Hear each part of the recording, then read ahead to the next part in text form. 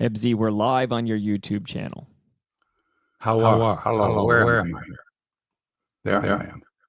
Can you hear me okay, Mike? So I can hear you, not as awesome as usual, but How here. about now, Mike? Is that better? Yeah, I can totally hear you. What I'm going to do is let the listeners know about the tech issue, because I'm going to actually go on this other laptop to listen to the live stream just to make sure you sound good on the live stream. Got it? So let the listeners know that you have this bizarre tech issue where you're. We have this technical issue here where for some reason my headphone jack does not mute the audio coming out of my computer. So we're going to try to fool around here a little bit. And, instead of going back and forth like we normally do, Mike's going to try to fix the audio issue. It might be with my laptop here for some strange reason. The headphone jack doesn't work properly, and it doesn't mute the audio out of the speaker. So any of you tech wizards out there who know even more than Mike about what about here? So Hebsy, there's an an HP echo. laptop, and for some reason in this format here, we're using Zoom. I'm using a company called Stage 10. Hebsy. Combining the two, normally what happens is if I plug my little speaker in, into the headphone right here, it will mute. Mike, what do you have to say? I realize now that the reason we use Zoom for your audio is because there is an echo effect on the live stream that I do not like at all. So here's what, can we do this? Do you have a smartphone? I know you have one, Yes, I do. So can you visit Zoom via that, and then use your phone, like plug your headphones into the phone and use that for the audio. We've already got the video taken care of. Like essentially, I use Bluetooth for my phone. I don't have plug-in headphones. Okay, well, for my phone. can you do that? Can I do what? Put the Bluetooth headset on and chat with me. So here's what I'm trying to tell you. The video's taken care of. Yeah. Can you entertain the audience? Hi, welcome Hebsy on Sports. It's a little early. Normally go live at 9:19. Blah, blah, blah. I can't hear Mike. That's a little late. If I do, I turn my speaker up and then we're going to get feedback. Right? All I'm asking, I'm going to mute you on this Stage 10 the moment you connect via Zoom on your phone. So click that Zoom link on your phone. And I'm going to mute you on Stage 10, and you're going to sound great. Can you hear me now? Well, I can record you perfect, but the live stream sucks because you're echoing. Okay. So basically, and remember, we ever had this before? No, because you've never had this issue before. Never had this issue where the headphone jack doesn't work. But it sounds like you're in you're telling us that like today you consider yourself the luckiest man alive. Zoom? Yeah, I want your audio on Zoom. Yeah. Yeah, there's a Zoom link going through here. Starting meeting. Okay, so stand by. I got to get my headphones on, don't I? You need headphones, yeah. So I'm going to connect you on your phone. I'll be right back. And then I'm going to mute you over here. We've done this, 254 times, and once in a while, a piece of hardware is going to fail. And it sounds like Hebsy's laptop is failing him, but, calmly and assuredly, we're going to try plan B here. So Hebsy's going to be speaking to us through his Bluetooth headphones that will be connected to his phone. And I'm confident this is going to work, and it's a good plan B. So really what we're waiting for is on Mark Hebscher's phone, he has to enable the microphone. So there's a button on your phone, Mark, that you basically enable the microphone so we can hear you on your phone. So look at the Zoom on your phone. There. Okay. So now we just need your headphones connected. How's that? Are you using your I can't hear you though, Mike. Okay, you can't hear me, so let me try something here quickly. Hold on. No, I can't hear you. Can you hear me now? Yes, I can hear you now. The problem is I hear a little bit of a return, like a feedback, like I can hear it back. But talk to me a little bit here, buddy. What can I do about that, Mike? How can we make this show happen? This is unbelievable. This is incredible. This is technology at its best and worst. Right? We're using a different format here. I don't want to do a show that's going to turn the listeners off. Hang on a second. I'm going to listen to you, so keep talking. I'm going to listen on the other laptop. All right. Keep talking. Hi, everybody. Welcome to episode 254, which could go down in infamy as the craziest, most ridiculous episode of Hebsy on Sports. We can do this. Let's go. So let's go right now. Again, it won't. Okay, well, we can tell the people the audio might be a little less ideal because you're on a shittier microphone, but we can totally do this. Okay, so let's do it, buddy. Yeah. Okay. Just a second. Let me get to this. Hebsy on Sports 254. Oh, wait. You know what? We got to tweet the link. Oh, right. Okay. So let me tweet it at you right now. All right. I don't know how long these Bluetooth headphones are going to last for me, though. I don't know how much juice I've got. Oh, shit. Well, talk fast. Let's go. I might have to connect it. All right. Did you already tweet? I'm tweeting it as we speak right now. Just sent it. So it's on its way to Little Italy. Okay. I think it's exciting when you have to like overcome some obstacles live. Like yeah, for sure. All right. You'll just let me know if we're doing okay here. We are.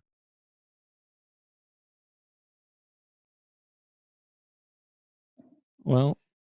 Okay, I'm ready to go, Mike. You ready to roll the show? Or sorry about the red carpet show.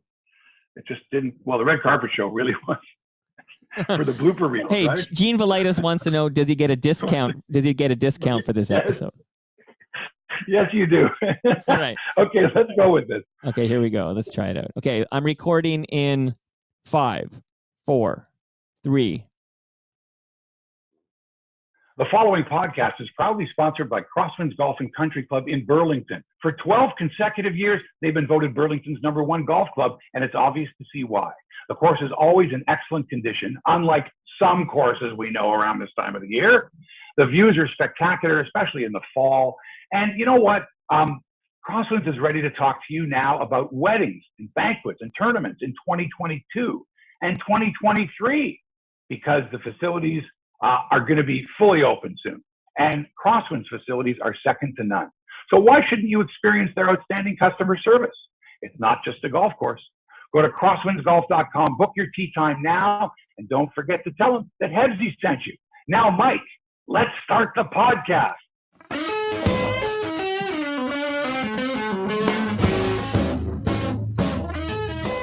Live from Toronto, it's Hebsy on Sports, episode number 254. We're using bubblegum and chicken wire for today's show.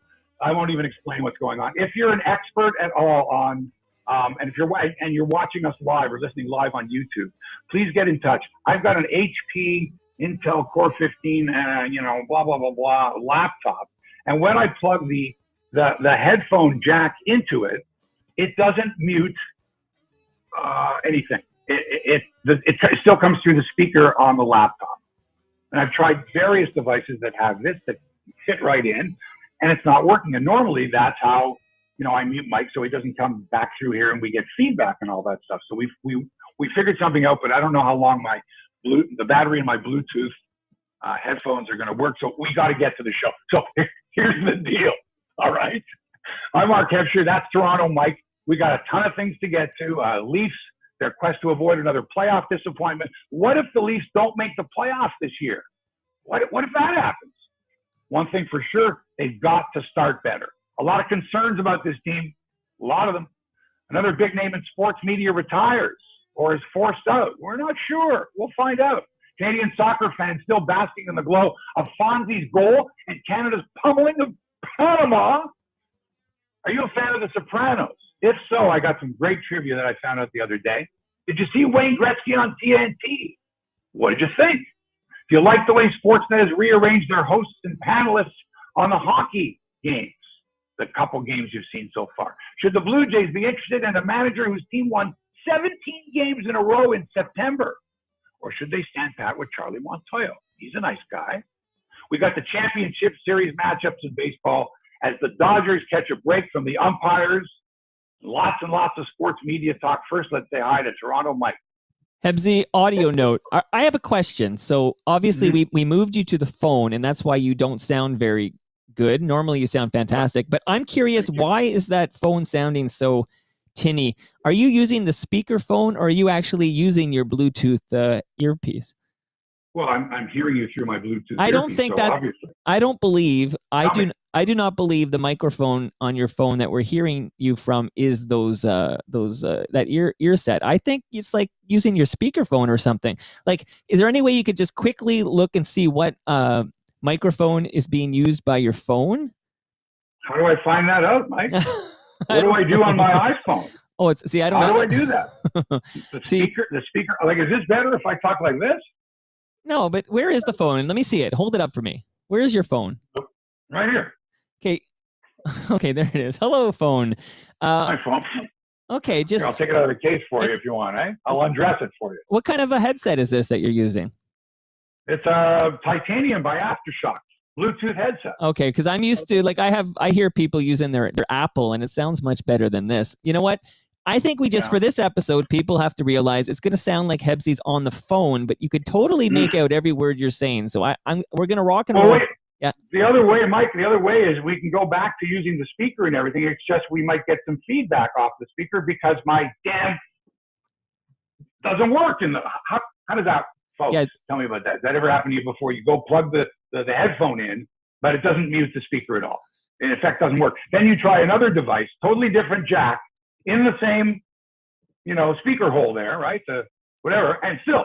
So that's what we're dealing with today. But Hebsy, you're skipping the issue we had because we would totally do that. But remember, you were unable to enable your microphone in Zoom on your laptop. I know this is a lot of behind-the-scenes tech talk for the listeners, but you were unable to enable that. That's why we moved it to the phone. So I think this is going to have to work for the next hour, and then we got to get it right for next week. It's not going to be an hour of this nonsense, right? So I want to apologize, though. Apologize to the people who are making their debut today. Like, there are some people in your live stream that are going to tune in for their very first Hebsy on Sports. I just want them to know it normally sounds much better than this. That's all I want to say. Take it away, Hebsy, man. Man, you're really asking me to be a professional here today, Mike. First of all, this microphone, it doesn't work, right? I'm not you're not, this microphone. You're not using that. Throw this damn thing away, right? Is that right? Throw it aside, but don't throw it away. You'll need it next week. Right. It's these speakers. It's in here somewhere. Does this sound better? No, I just think your headset sucks is what I think is happening here. Well, it works great for me. I never had any problems with it, but obviously I've never tried to go live. And now you're too far from that mic. So wherever the mic is on that thing, you got to get it closer to your mouth. This mic? No, the one you're wearing.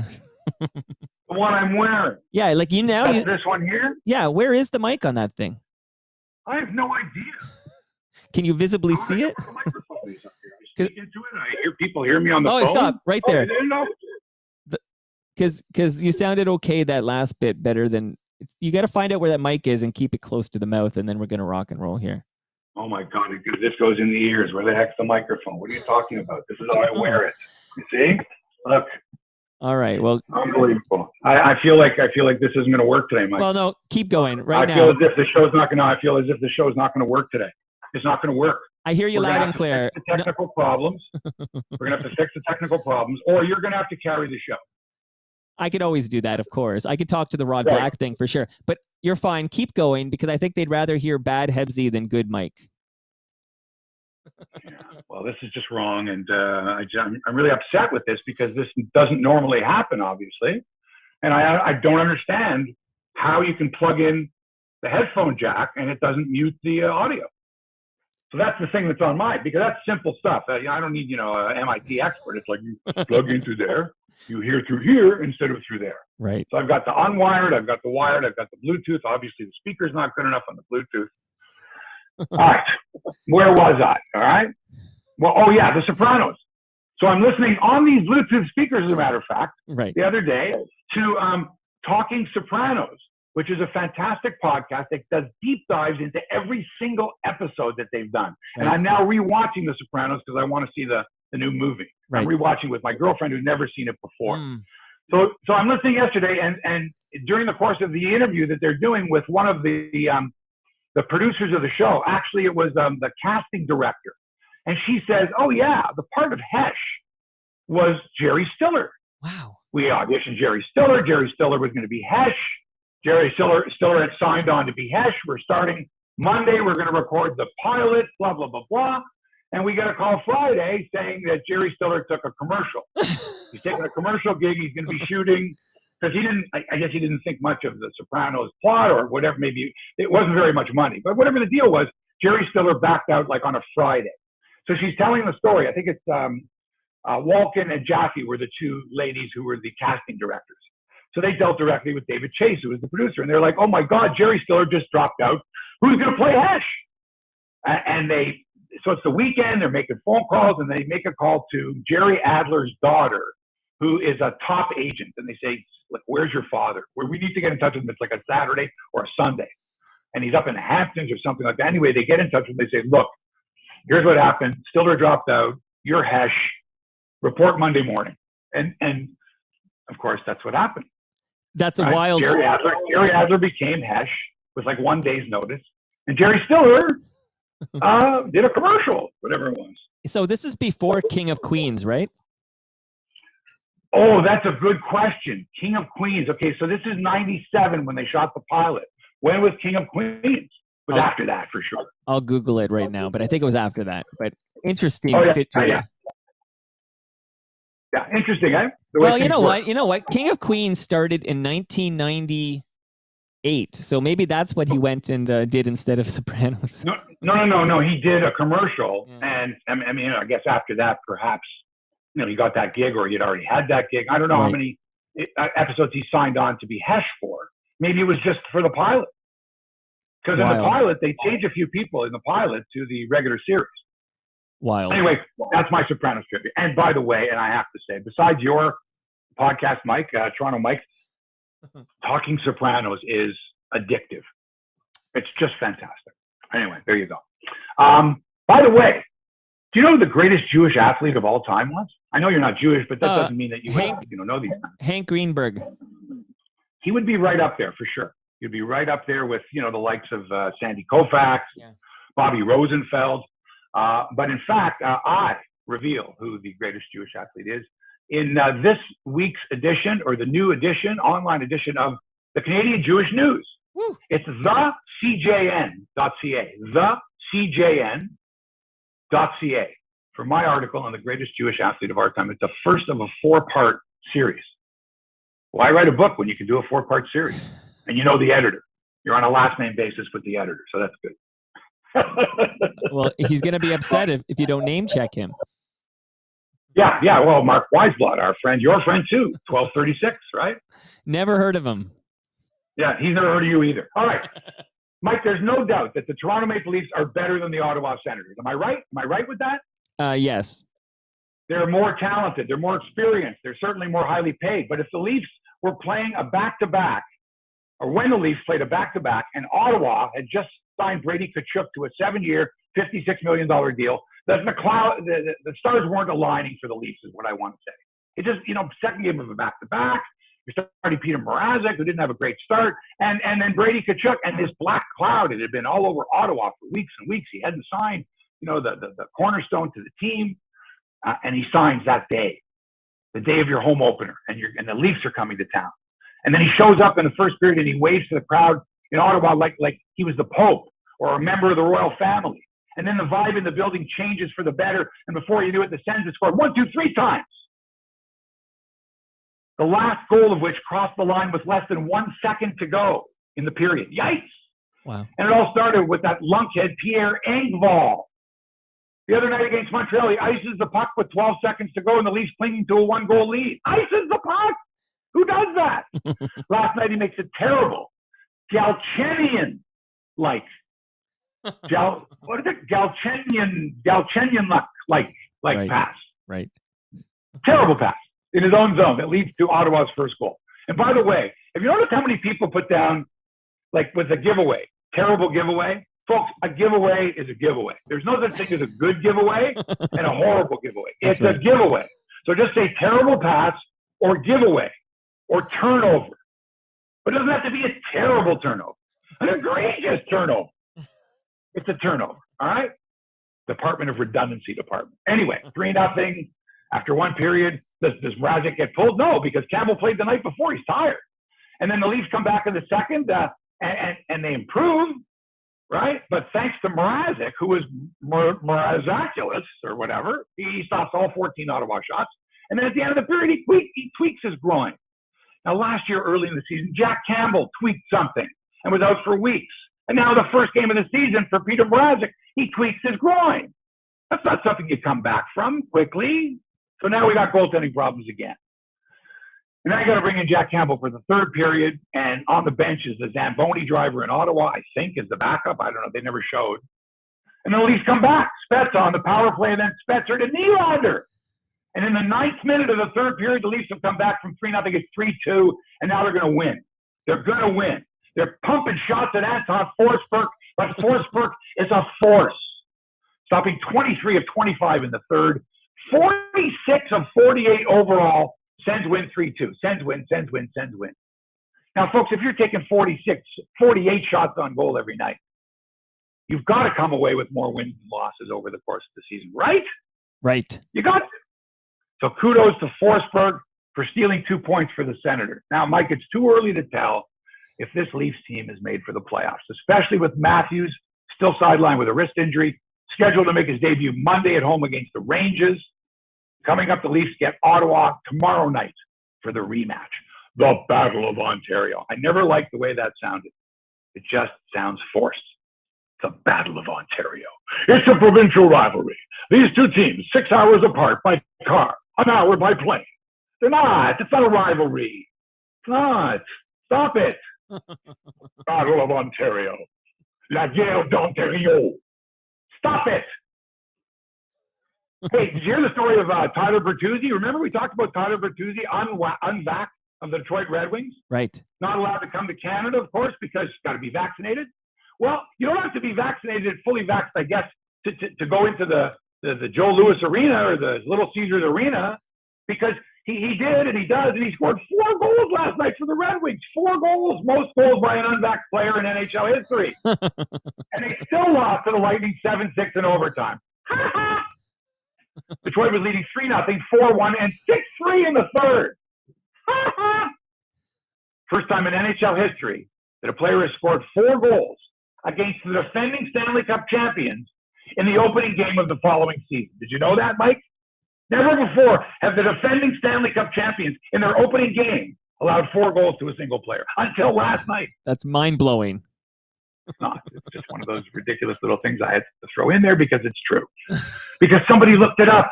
Somebody went back and looked it up. They said, Bill, Mary, find out if in the history of the National Hockey League, the defending cup champion had 4 goals scored against him by a single player. It's not hard to do. NHL has only had so many seasons. There's only been so many defending champions, and they've all had 1 game coming the first game back. Not tough. So they figured it out.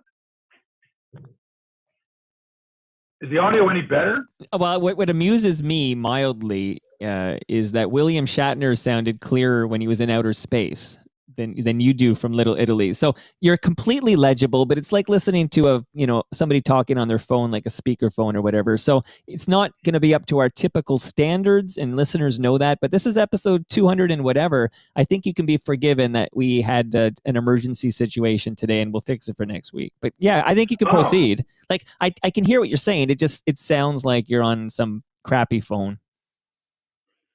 Oh, it's episode 200 and something from the guy that's coming up on 1,000 episodes. Oh, it's only episode. Well, how about this? Well, I didn't say it like that. I meant the opposite. You've done lots of episodes. I know. Okay. Stop it, all right? Just stop it. Listen, folks, here's the deal, okay? You can pretend this. I'm up somewhere where we get no cell phone, and we just managed to get it now. And I'm standing perfectly still, okay, across the Lake of the Loon in order for this signal to be, no, but you can see me anyway. It's not bad enough that Gerstein will tune out, so that's all you need to know. He's still listening. It's not up to your normal standards, but it's not so shitty he's bailing. All right, so just pretend that this is one single phone call. Hello, Mark, you're on the air. All right, I'm a caller. Hi, it's Mark calling from Little Italy. Listen. By the way, did you know that last night's win by Tampa in overtime against Detroit and the unvaxxed 4-goal scoring Tyler Bertuzzi, it was the first time in 141 games that Tampa had come back to win after trailing by 3 goals in the third period. Did you know that? Another mind blow. There you go. Have you watched, I know it's only been a couple of nights, have you watched any of the pregame shows, the postgame shows, the intermission panel shows? What do you think? A little bit of the intermission panel show with Carolyn Cameron. It seems like she got a big promotion on, what was that, Wednesday night? It's all a blur to me now, but what a week it's been. But I'm actually dying to know what you think of the new studio and the new setup. What do you think of this Rogers changes? I don't like it because I'm used to seeing people in boxes, and Kevin Bieksa is saying what's on his mind. He can say what's on his mind with impunity. Wow. He can take shots at people. He can make funny comments. But now that you're sitting in the same room and you're looking at a girl-boy lineup, female-male lineup, okay? Yep. It appears very awkward because in the past, Bieksa would be sitting at home, but now he's sitting like 6 inches from Frege on who's like there's Cassie next to, he's at the end. So there's Cassie next to him, and there's Frege in between them, and then there's Caroline Cameron. So it feels awkward because you can't take the same shots at people that you were taking when you were sitting in your own little studio at home when they're right there.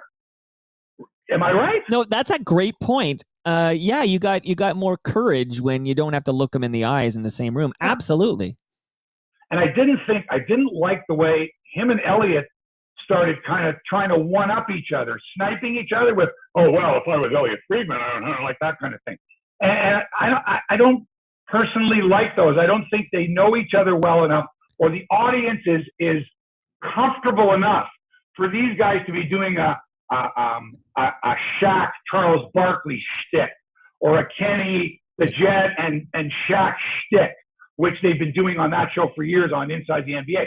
These guys they're not that friendly that they should be chirping each other. And Anthony Stewart does that sometimes too. They get into this chirping thing. I don't want to hear that stuff, man. It's too clubby for me. But they're trying to one up each other, and you've got Cassie Campbell sitting right between them. And she even sort of said a couple of times, alluded to the fact that I'm in the middle of this, kind of not a college boy sophomoric thing, but just sort of can we stick to the script? The only thing is there's no script. There's no script at all. Mike, nothing. They're sort of like, okay, well, here's Kevin Bieksa, here's Elliot Friedman, here's Cassie Campbell Pascal. Here we go. But the thing is that this is Caroline's first time with them and their first time all together in a studio. And then the next night you got somebody else. I mean, I know on Sportsnet we've got Chris Cuthbert and Craig Simpson. I like the consistency. But when I turn on the Leaf game, I don't know if it's Ron McLean or David Amber or Caroline Cameron now anchoring. Is it Jennifer Botterill, Elliot Friedman on tonight? Is CJ on? No, he's gone. He's on TSN now. Right. Is it Frank Saravelli on tonight? Is Chris Simpson on this week? Is she doing a feature interview this week? Have we got Kelly, Cassie, Kerry, Kevin, Colby, Stewie? Now we got this guy, Futah. So many analysts. Every night, I don't know who it's going to be, who we're combining. Okay, let's go. You try with you. It's like flipping line combinations. We're going to try this guy with these guys, with this girl with these girls. At TSN, I know this. I got Duffy. I got Poulin. I got O-Dog. I got Dreger. I'm getting Gord Miller and Ray Ferraro. I'm getting the director of scouting, Craig Button. I know what I'm getting. Sportsnet, I have no idea. And by the way, the line of the night, uttered by Cassie Campbell, they come off the end of the game. Here's Caroline Cameron. Here's Cassie. There's Frege. There's Bieksa. And let's go. Right. Okay, what a game, or whatever she said. Cassie, what do you think? And Cassie says, I have no idea what we're talking about, but let's have some fun. And that sort of, it was like, okay, game's over. All right, let's throw it in the panel and hear what they have to say. And just so it was like, I don't know, man, it was awkward, but it was their first time. Right. So, I'll keep watching, of course. I'll keep watching. And visually, yeah. like I noticed the score bug looks different now, and just just window dressing, right? But that studio, I guess it doesn't matter because they moved out of the CBC building downtown, and they've got their own Rogers studio now. But I guess I'm used to seeing 4 boxes, Mike. 4 boxes, 4, right? But you'll concur. Together, they're going to have to get used to. Right. Right. And how are they seeing them? It's like, what is it, dinner? Boy, girl, boy. If you had Frege sitting right next to Bieksa, would that not be better if one turned to the other and said, oh, yeah, says you. And Friedman picks out, he's got a jersey with number 3 on it. I can't think of the kid's name who made the team. And then he says, the greatest number 3 in Vancouver Canucks history. And that was Bieksa's number. So that's like a setup kind of a thing. And you're just sort of asking for it now, right? If you're going to pull that off, Bieksa's going to come back with some other, slight or one-upper. And I just didn't like it. And again, I'll reiterate what I told Ron McLean when he came over, and I would tell anybody, which is that I tune in for the game. I actually have never turned off a game because I didn't like who was calling it, or I didn't like, I might not watch the intermissions. I might go do something else, but I'm there for the game, and the game is the game, and it's the only, game in town. So all the rest is just noise around it, but I'm there for what happens on the ice. Right. Got it. Meanwhile, over on TNT, and now see, we can't watch the games. We can't watch the intermissions, but social media, just like they're on Twitter. If you want to see what Gretzky did, just Twitter will have it 5 minutes after it happens on TNT, and you can watch the clip. So anyway, on Twitter, I'm watching a clip of Wayne Gretzky shooting pucks at Charles Barkley. Well, that's a good way to start. Gretzky's with Barkley, and he's firing pucks at him. He's looked pretty comfortable with a hockey stick in his hand pretty much, and it was good. Right. And then later, Gretzky's interviewing Alex Ovechkin, who's 170 goals away from him, but it's like, oh, it's the Gretzky watch. Ding, ding, ding, 2 more for Ovechkin. He's only 150. Dude, it's going to be 4 or 5 years. But anyway, it's fun.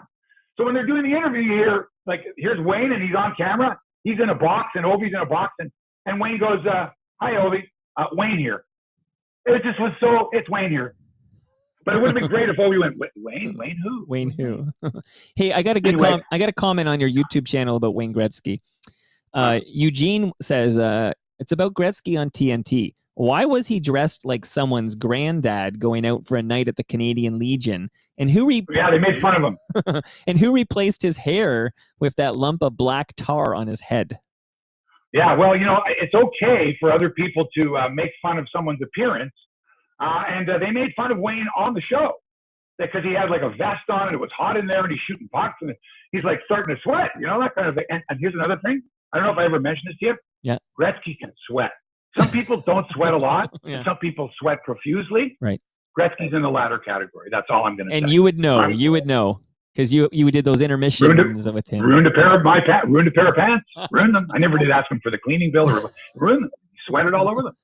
See, that's his nose is shaped. His nose is shaped a certain way that when he sweats, the sweat goes right to the edge of his nose. A little ball of sweat goes to the edge of his nose, and then it just doesn't fall off. And he's unaware of it. He was unaware of it. Right? And I'd be sitting there interviewing him, and I'd say, there's this ball of sweat, and I can't take him seriously until I get rid of that ball of sweat. But anyway, Hebsy, so that's Wayne. We got to talk baseball before your Bluetooth headset conks out. All right, let's talk some baseball. Then the Dodgers and Giants went to a exciting 5th game in San Francisco last night. Came down to the 9th inning. Game tied 1-1 at Oracle Park. Mm-hmm. Dodger outfielder Cody Bellager, the National League MVP a few years ago, was at the plate, runners first and second. Bellager hit 165 this year. Folks, this guy was an MVP in 2019. 165, the lowest average of any player in the major league with 300-plus plate appearances. Way below the Mendoza line. Way below the Mendoza line. Wow. So what does he do? And he's a former MVP. Wow. So what does he do? Base hit to center field. Dodgers take the lead 2-1. And in the bottom of the ninth, Dodgers manager Dave Roberts says, hey, Scherzer, can you give me an inning? Right. Scherzer? And Scherzer said, yeah, first time in his career and first career save. But he gets a lot of help from the umpires on a couple of calls, especially a ridiculous call third strike on a check swing to end the game. The guy takes a half of a swing. They ask for the appeal. The first base umpire punches him out. Bullshit. And they show the replay, and it wasn't even close. No, bullshit. But certainly not to end a ball game. But doesn't that replay showed that the batter, Wilmer Flores, did check his swing. But, Mike, the play is not reviewable. So it's time to get robot umpires or make every call reviewable. You can't have both. You've got to get it right. Ridiculous way to end a series, especially with the 2 best teams in baseball. Right. Mike, the Dodgers have won 110 games. The Giants won 109. They went to the 9th inning of the 5th and deciding game, and it's decided by an umpire's terrible call. I mean, it's worse than Don Denkinger in the 85 World Series. Right. It's terrible. Right. Look it up. Hebsy, man, I fell asleep in the 7th inning. I really wanted to watch that to the end, but I fell asleep. But when I woke up and then I heard about it on the radio, and then I went and found the footage. I didn't even have a horse in that race, and I was so pissed off that game ended that way. That just angers me as a fan of sport. What if it happened to the Blue Jays? Even if it happens for the Blue Jays, you don't want to win that way either. Well, sure you do. Sure you do. I mean, because if every time the ump screwed you, you finally got the other team to get screwed.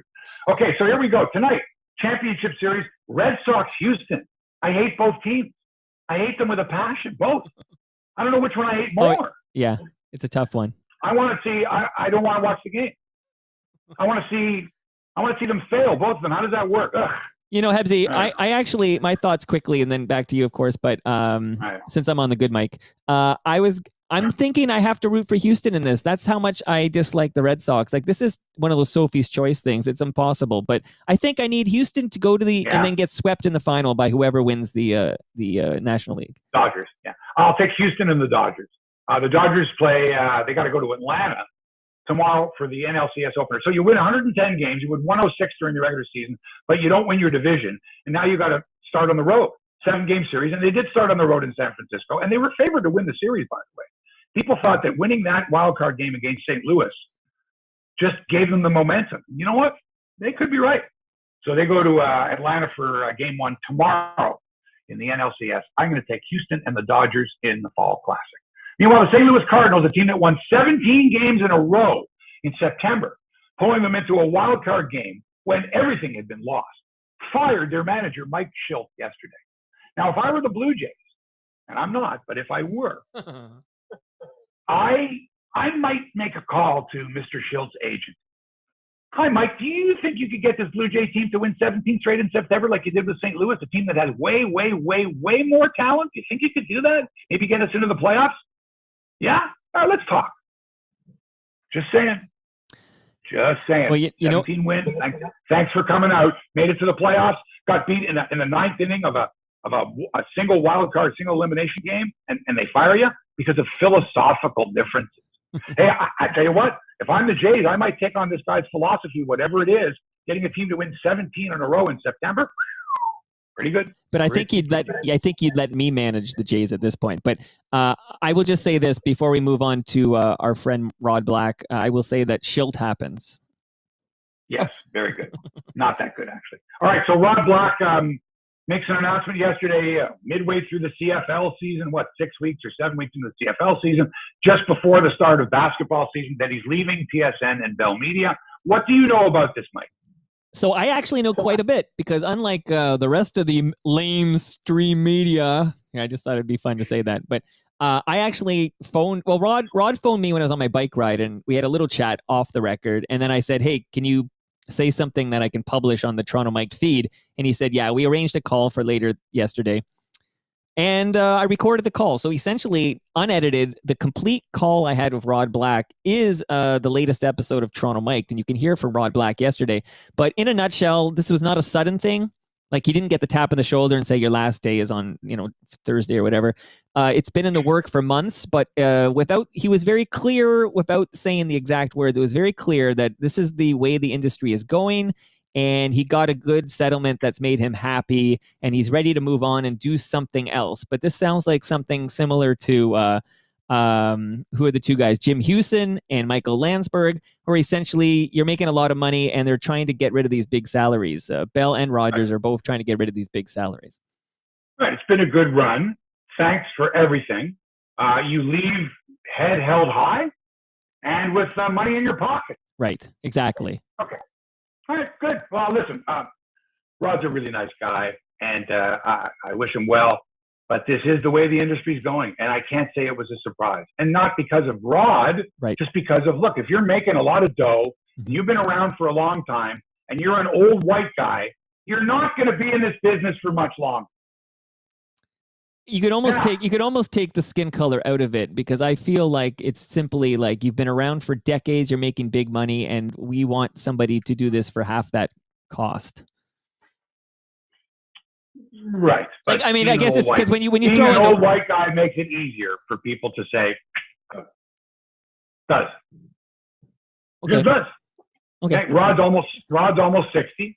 But if I was almost 60 when it happened. What? Because you hit this note quite often, actually, where you say, like, the straight white guys are the endangered species because we need to diversify, which is correct. You do need to diversify. But then there's all these examples everywhere of people who are not straight white guys who are getting the same pink slip.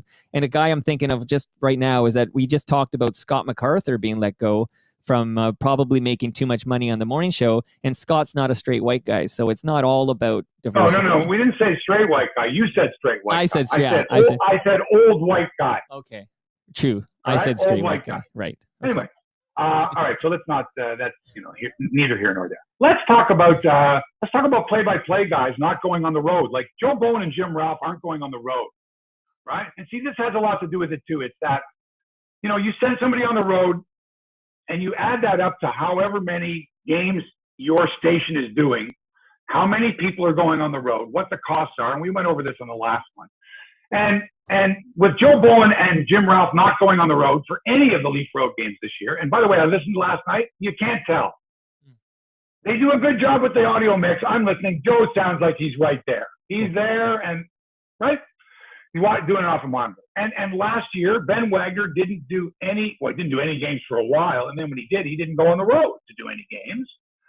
And I fear that the same is going to be true for Eric Smith and Paul Jones. Right.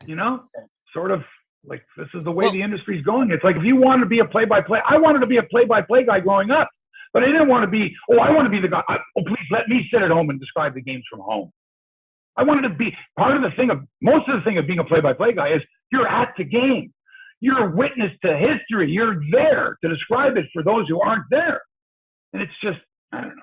So Hebsy, just to hammer this point home, it's clear that in this sports media industry, in this country at least, which is mainly dominated by Bell and Rogers, it's basically big salaries put a huge target on your back, and they'll either let your contract run out, which is what happened with CJ, and it's happening all over the place, or they're going to, negotiate your exit like they did with Landsberg and with right now with Rod Black. So everyone basically working in this industry who's got the big salaries, the old school big salaries, is basically planning, like they're talking to their financial advisors and just making sure if I get the word tomorrow, am I going to be okay? Because they're not giving away these salaries anymore. And I said half the price. And then I was corrected in the YouTube channel. Somebody said it's more like a quarter or a third. And I believe that's true. Like somebody who was doing the gig for $700,000, now that same job is going to be done for $150,000, if that. So I think this is just simply the way this industry has decided to pivot. Well, look, there's a lot of people that were making good money, and I don't know if they went to Rod and said, how much was Rod making, you think? Well, because $700,000 a year. Well, he's making real money is the bottom line, like real money. Yeah. And so if they said to him, "Look, Rod, we can't afford this. How about will you do it for half your salary?" I'm not saying they did or didn't, right. But geez, if you're in a situation like Rod, you're like, "Man, really? Like, can you do that? Can you just take me and sort of say?" And is that put a person in a position where they're kind of forced to like leave? Because if they take way less money for the same job that they had, probably more work, what does that do? Anyway, we can speculate all we want, but it comes down to, if the people that are making the most money are the ones that have to be the most careful or be looking over their shoulders because of what we're looking at. There's no reporting on somebody making hardly any money, this young person who was inexperienced and, they're gone now. Well, actually, what about Brendan Dunlop? What about him? He's an example of a young guy. He could not have been commanding the real money salaries we're talking about. And he was also, you report, I think you had the exclusive that he was, Yeah. So you think he was what? I think he must have been making six figures. See, I don't know.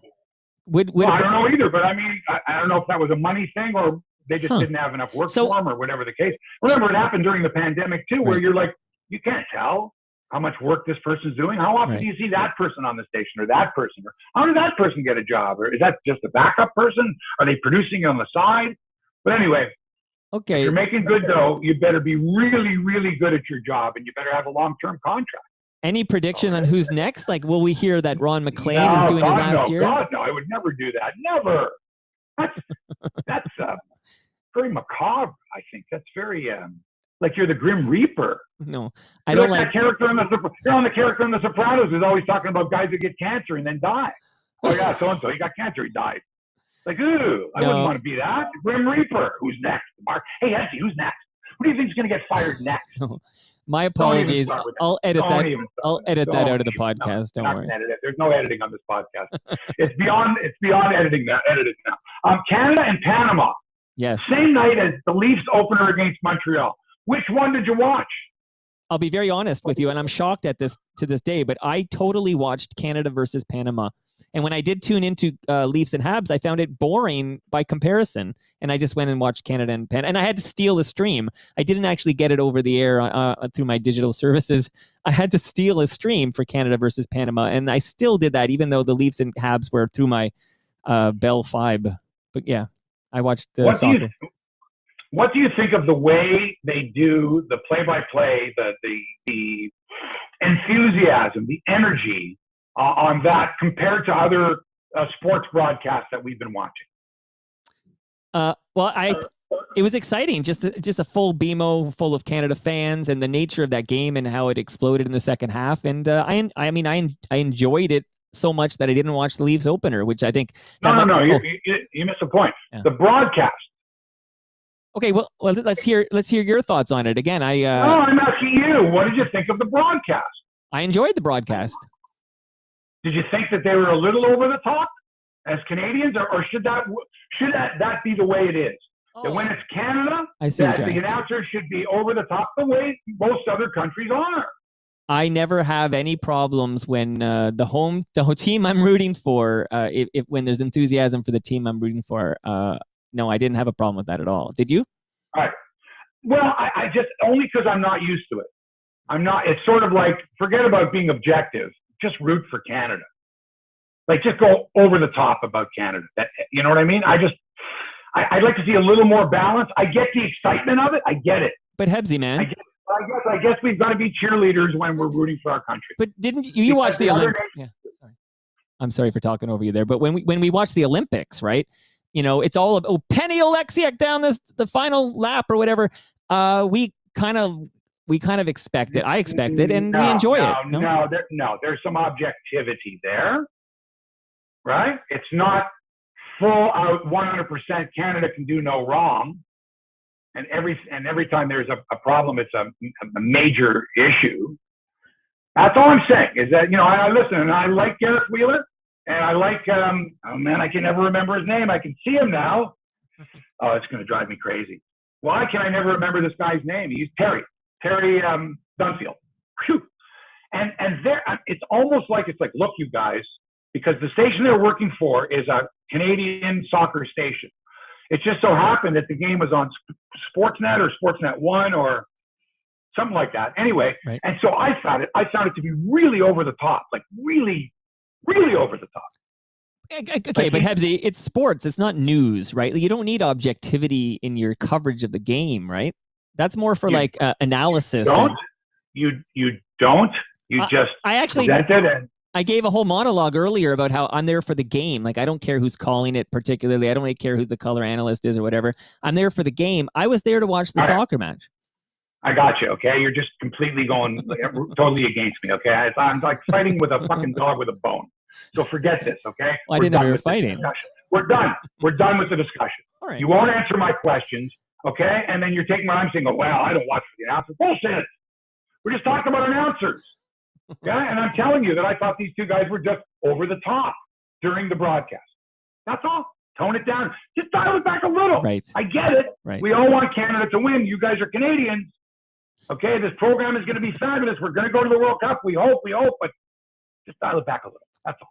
And that's a very good point you're making, and we love your opinions on this show. It's very different from the crowds at the Scotiabank Arena or the Ottawa Arena and how quiet they are and how they sit on their hands. I get that. Okay? KM. Just a little bit of, believe me, yeah. I was cheering along, okay?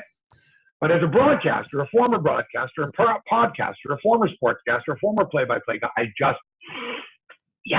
wanted the Leafs to win when I was doing Leafs games. Right. I wanted them to win. Joe Bowen wants them to win. Yes. I get that. Right. But still. Remember, 1986 was, for some of us, I don't think I tuned into any part, even though I was 12 years old. I don't remember any of the 1986 World Cup. So for many, many, many people on your YouTube channel and listening to you right now, there's no memory of Canada playing a World Cup match. And I think at this moment and we're on the brink here, that I feel like a little over the top enthusiasm is just what the doctor ordered.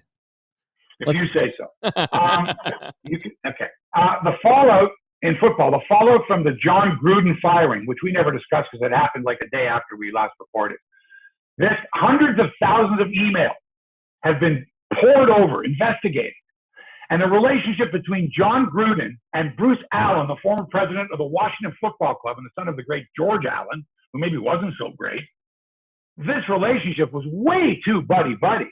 Some of the emails they exchanged were just prime examples of the culture of the National Football League and the way they think about women and persons of colors and persons with disabilities is disgusting. And now the New York Times has discovered a very cushy relationship between Allen and NFL General Counsel Jeff Pash. Now, Jeff Pash used to be Gary Bettman's right-hand man at the NHL in the early days of Bettman's reign. Okay?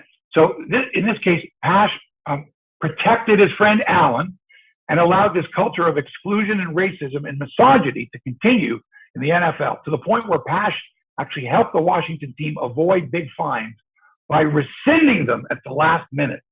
This is just the tip of the iceberg for what this guy did. Okay? He was the guy who was supposedly investigating the Washington Football Club. This is his best buddy, who's the president. How do you think that turned out? Crazy. You know what's crazy? That we did the Canada-Panama. We never mentioned that goal. Like, can we just spend one moment? Because I don't watch as much soccer as you do, but is that the biggest goal in Canadian international soccer history? That was an amazing goal. It was a great goal. Okay, I think we've all pointed out it was a great goal. Oh, no, but it was a terrible play by the Panamanian. Okay, who thought it was out of touch and it allowed Fonzie to run 80 yards. But yeah, it was a great goal. It was great, and he's a great player, and we know that. I wanted it on the record here to make it official. To make what official? That he's a prodigy and a wonderful player. Mike, I mentioned that over a year ago. What are you talking about? Wait, 2 years ago. I just thought if we're going to talk Canada-Panama, maybe we mention that goal. Mike, the goal he scored last year for Bayern Munich was even more, or 2 years ago, was even more spectacular. He ran the length of the field and outran like 8 guys. That was a great goal. At the time, it was a huge goal. Okay? It is. But I would think that by the time this World Cup qualifying ends, he will score more goals and maybe even more fabulous goals than that one. But up to this point, yes, it is. We are not in the World Cup. We're not even close to being in the World Cup. Look at the schedule. We got a lot of games. We got to play in Honduras. We got to play in Panama. We got to play in El Salvador. These are not easy places to play. You think the crowd was hostile at BMO the other night? That's not hostile. Not at all. Let me tell you something right now. You're going to play World Cup qualifying in those countries down there? Get ready for some serious violence. Okay? Get ready. It's going to happen. No walk in the park. Oh, we'll finish top 3. And even if we get 4th, maybe we get in the back door. Not so easy. Not so easy. The 4-1 Buffalo Bills are the NFL's #1 team, according to the power rankings released this week. The Bills play at Tennessee Monday night, favored by 5.5. Boy, they look good, don't they? Boy, that game the other night was the one. I picked it, by the way. I picked the Bills to beat the Chiefs with 3 points and also to win the game outright, but I didn't think they would clobber them like that. Meanwhile, the unbeaten Arizona Cardinals are ranked 2nd, but they've got some COVID issues prior to Sunday's game in Cleveland. You see, there have been 3 positive COVID tests reported with the Cardinals this week, leading to increased testing for several players and team personnel. The team is not yet required to move to intensive protocols, but one more positive test would put them there. By the way, no word as to how many Cardinals players are fully vaxxed. I'm going to say lots of them aren't. Last night, Tom Brady and the Bucs moved to 5-1 with a 28-22 win over the Eagles. The Bucs were favored by 7 points in this game, and most expected them to beat the spread as they had a 6-point lead with the ball deep in Eagles territory late in the game, but they chose not to score again. And the Eagles beat the spread without winning the game. And as Joe Buck said on the telecast, and I quote, "And the Buccaneers win by 6. He knew what the line was. He knew exactly what the line was. And he probably bet the Bucs to win, but he had to give 7. And if you were an Eagles fan, you must have just been thrilled. Phew, because it looked like they were going to lose the bet. All right, I'm playing crosswinds again a couple more times before they close. They may not close for a while, but anyway, it's just so beautiful at this time of the year. I just can't tell you. They've gotten a lot of rain, too, and the course has held up I suggest you check it out. Go online, book your tee time online, crosswindsgolf.com. Those spots go fast, and the reason is because it's in great shape. Some of these golf courses, I've been seeing some stuff online. Whoa! Even though they're charging discounted rates at this time of the year, in terrible condition. Horrible. I saw one, I won't mention the golf course, where the guy had like a 3-foot putt. He just missed it, and it rolled 50 feet off the green. The public golf course. The pros would have walked off that. Doesn't happen at Crosswinds. What you see is what you get. It's beautiful. The people are great. The golf is spectacular. Customer service is second to none. And by the way things are opening up, 2022, 2023 banquets, weddings, golf tournaments, you might want to schedule it at Crosswinds. It's so nice. Give them a call and go online, crosswindsgolf.com. In regular golf, the CJ Cup is the PGA Tour stop at Summit in Las Vegas. Robert Streb is ranked 141st in the world. He shot an 11 under par 61 yesterday. Listen to this. He birdied the first and birdied the second and eagled the third. He birdied the fourth, birdied the fifth, birdied the sixth for a 29 on the front nine. And on the back, he bogeyed 11 and then came back and birdied 12, 13, 14, 16, and 18 for a 32 and an 11 under 61. Not bad. Not bad. Just a day in the park. Mackenzie Hughes, the only Canadian in the field, shot a 1 under 71. No LPGA tourney this week. Next week, it's the BMW Championship, so we'll check in with Brooke Henderson then, because she's the only Canadian female that we really care about that I think is even out there. The Toronto Raptors tip off their new season Wednesday night. Not a lot heard about the Raptors. Pretty quiet stuff, right? Yeah. But they get the Washington Wizards next Wednesday at the SBA. Yes, Mike? No, I was just agreeing with you that it's been a little quiet on the Raptors front. It has been. We haven't been talking a lot about them. They've been, we didn't see them last year or the year before that. When was the last time we saw this team? Championship parade? Honestly, I can't remember. Anyway, no Kyle Lowry in the backcourt. We know that. But I'm optimistic that this young team will make the playoffs in the East. I'm going to say they'll finish 6th in the East. I like Siakam. I like OG. I like FVV. I like Scotty Barnes. I like Precious Achiuwa. I like Gary Trent Jr., Goran Dragic, Watanabe, Delano Banton, the kid from Etobicoke. We got some players, okay? Malachi Flynn. Good-looking young squad. I like Nick Nurse as a coach, too. I think they'll be okay. Anything else? Yeah, your homework is to rectify the microphone issue for next Friday so we can deliver the pristine audio we're known for here on Hebsy on Sports. Is it a microphone issue or was it a headphone issue with my...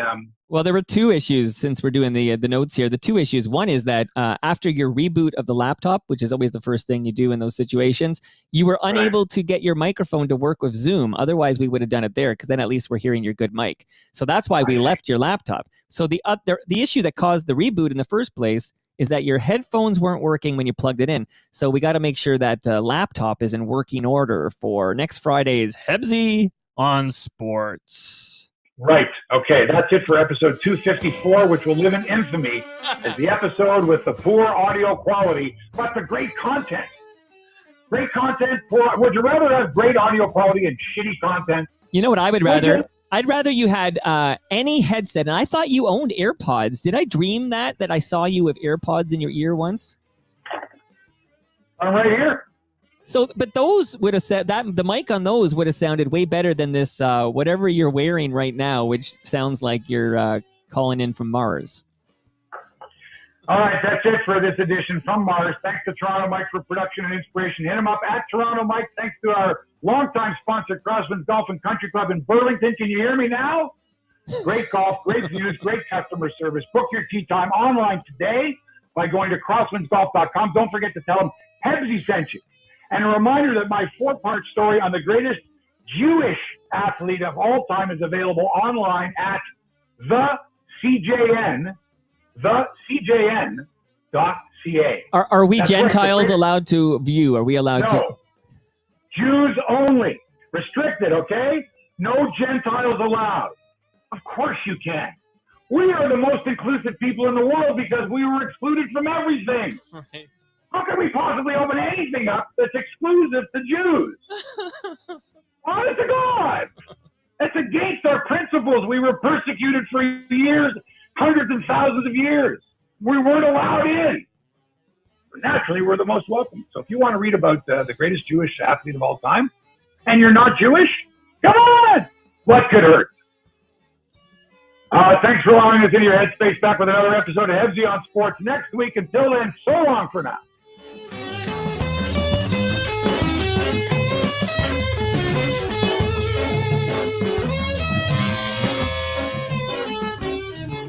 This podcast has been produced by TMDS and accelerated by Roam Phone. Roam Phone brings you the most reliable virtual phone service to run your business and protect your home number from unwanted calls. Visit roamphone.ca to get started. Okay, Hebsy, I'm going to turn off the live stream. Goodbye, everybody. Hi, everyone. Thanks for putting up with this. My problems here. Technical.